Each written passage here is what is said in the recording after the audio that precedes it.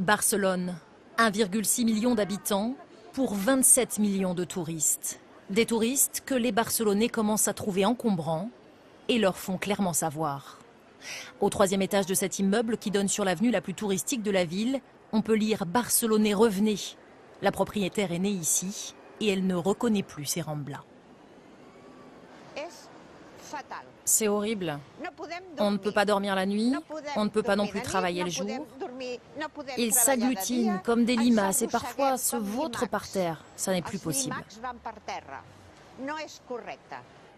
À quelques pas de là, dans le marché le plus fréquenté de la ville, même constat chez les commerçants. Ici, les Barcelonais ne viennent même plus faire leurs courses. Il n'y en a que pour les touristes. Ils vous poussent pour faire des photos, ils laissent leurs gobelets vides sur nos étals. Pour nous, le plus gênant, c'est qu'ils manquent d'éducation.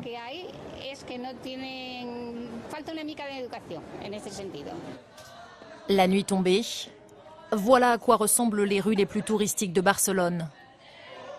Des scènes de beuverie, des touristes à moitié nus qui s'exhibent aux fenêtres, du tapage nocturne toute l'année. Ses voisins excédés nous emmènent devant cet appartement touristique récemment fermé par la police. Un logement de 4 personnes où se retrouvaient en fait chaque soir des dizaines de touristes éméchés.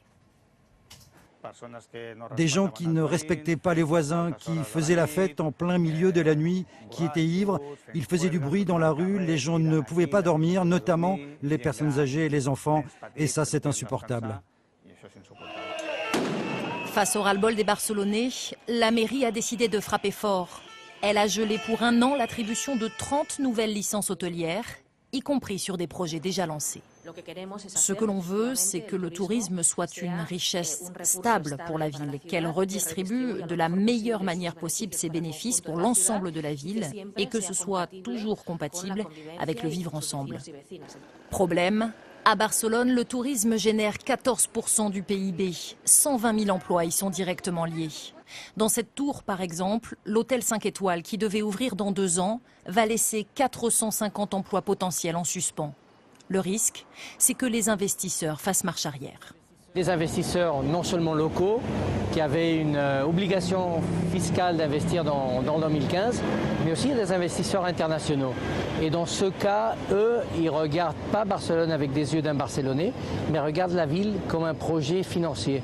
Et s'il y a un problème, un minimum problème ou un minimum souci d'inquiétude sur une ville, ils vont viser leur investissement quelque part ailleurs.